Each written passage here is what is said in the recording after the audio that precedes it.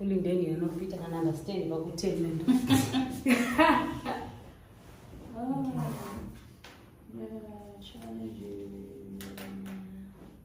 Asenzeke.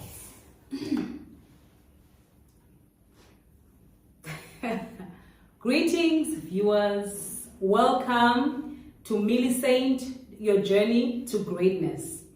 Today I have with me this beautiful and amazing lady doing wonders in Cape Town, the city that works for you. I always say that Cape Town is a city that works for you. So I believe that you are making the city work for you. Please introduce yourself to our viewers. Thank you, Milisaint, for the invite. It's an honor for me to be here. My name is Ziyanda Somciza. I'm an attorney by profession, a conveyancer and a notary public, practicing under Somciza in junior attorneys. My own law firm that was established in 2021. Wow.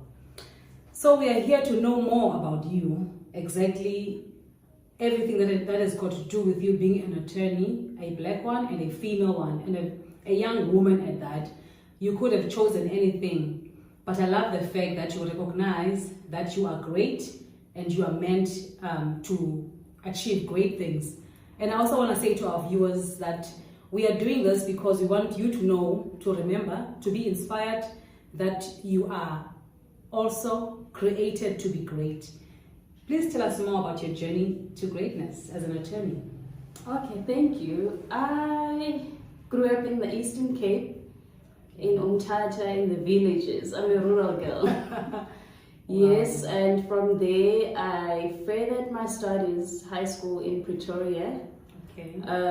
Yes, I was actually raised by a foster mother. I lived in an orphanage home. Wow. Yes, until matric, and then I moved to Cape Town. I studied BCom economics, but I realized that it was not what I was called to do. Did you always know what you wanted to do? Or because you did BCom economics, but did you always know what you wanted to do? Or you just knew you had to study something? No, I just knew I had to study something, but fortunately my class teacher in high school, I thought I enjoyed economics, but funny enough, I was not even an economics student, but there was always something about economics and business in me. Wow. But I eventually studied BCom law. Okay. Yes.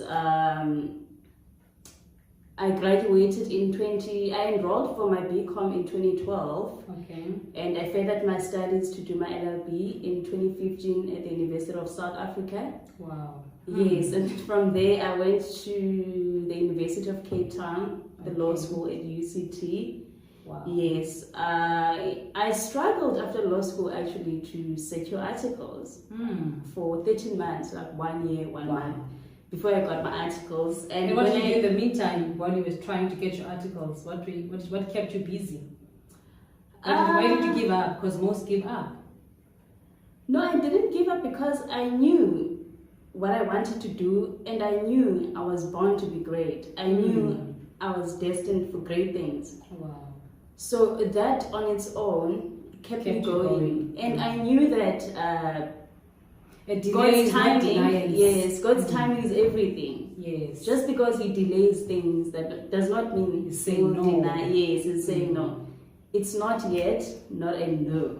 It's not a no. Yes. So that kept me going because I knew that maybe it was not my time. I needed to learn something in this waiting period. Yes. And to trust in God. And eventually you got... Yes, eventually I secured my articles, and I was like, okay, maybe God is testing me now, because I got my articles, but I was not getting paid. Okay. And normally you should be paid, even if it's a stipend. Yes, of course. Like, not even transport money, like 2,000 Rand at least a month, just to... Zero. Yes, to travel to and from work. But I was like, God, you know what? You placed me here for a reason. Yeah. And fortunately, I'm not used to money, so I'll just treat this whole experience as a learning as an opportunity. Yes, and as an opportunity. Yes. I don't want to be or my judgment to be clouded by money. Focus that I was on not money. getting. Yes. Exactly. And I was fortunate enough because my family was very supportive. My parents were very supportive. My partner was very supportive. Like, financially. So God made a way somehow. Yes, God made a way. God provided for me. I did not even feel that I was not earning for 12 months. So I would say that you were quite disciplined because you were not agitated by the fact that maybe most people, when they start working, they want to have money and to dress up. No. I looked at a bigger picture. That's great. The part of not earning, I was not shaken by it at because all. of the focus that you had. Yes, I was driven. I was driven. I was passionate. I was like, whatever it takes for me to get there. But I'm getting there. I will get there against all odds. And I did. Wow, that's great. Because I was admitted as an attorney and conveyancer in November 2020. Okay. Wow, that's some resilience there. So on your journey to success, it doesn't mean that you won't come across some bumps and speed bumps and, obstacles. Yes. But you need to know, you need to be focused on the end prize, on the goal. Yes. So what made you open your own law firm? Instead of being employed, now you get your salary. Did you ever get employed for some time? And what made you change to say, I want to be my own boss and have my own law firm? Apart from doing my articles, I had never been employed. After articles, I applied, trust me, everywhere for employment. But unfortunately, I never got a response. Wow. And it happens, eh? Yes, it happens. It happens. And it was frustrating. Because now you trust me. Yes, you're like, okay, God. After everything I've been through, you put me here, the sacrifices, the sweat, the tears. Now that I'm admitted and this is what I wanted, now what? Yes. Like, you can't leave me here. Make a way. Can't make a mockery out of me, Lord. Where are you? Yes, exactly. People will be like, you studied, but you just like one of us. I didn't want to be the statistics. Those unemployed graduates with 2 degrees and I mean, you've spent quite a number of years at different institutions. Yes. So obviously this is not a nice feeling at all. No, it was you could have given up, but you did not. It was actually devastating. And I think the strength within me, through God obviously, sustained me through that testing period. Yes. But I said to myself, you know what? I'm not getting a job. Why not create one for myself? Exactly. Let me just open my own firm. I took that leap of faith. Wow. I was like, God. And a very bold step. Yes, it was very bold. I was like, if this is from you, definitely I will make it despite the challenges and circumstances. Wow. And the first year was very challenging. Okay.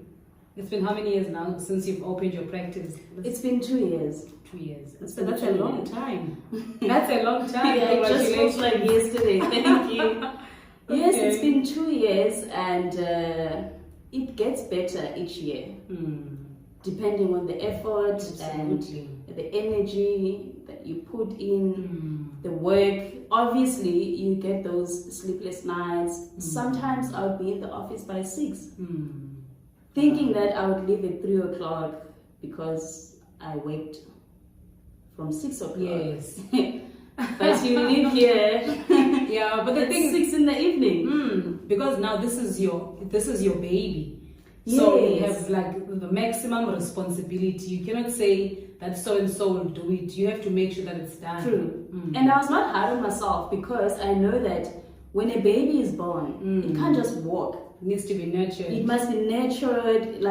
The baby must crawl. I can't skip the stages. Yes. I must just let this baby grow until it's old enough to sustain itself. Wow, that's powerful. I like that. So what has kept you going? What has kept you going? Your faith, you said, and where do you draw your strength besides God? Any other person that motivates you? Or do you look at other companies, bigger firms, and feel like, no, I cannot stop. I still want to be like that company. tell me, what do you do, when you are feeling like, oh God, like you said earlier on that the stability of the financial side of the business is not always there. So just take us through that experience.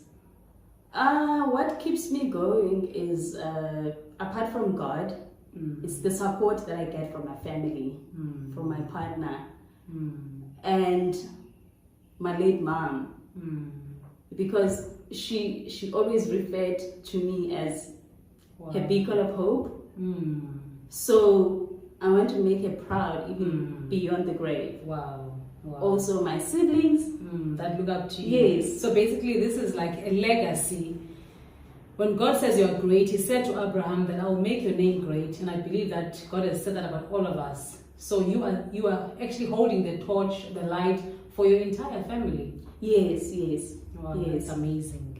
Building the legacy for my family, the passion obviously for property law keeps me going. I enjoy what I do.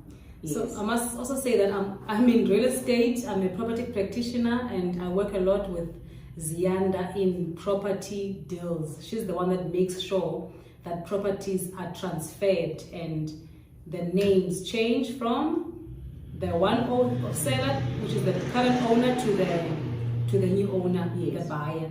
So more about that next time, but today it was just an intro into who Ziyanda is and what she does. But our next video will make sure that we'll give you more. Stay tuned.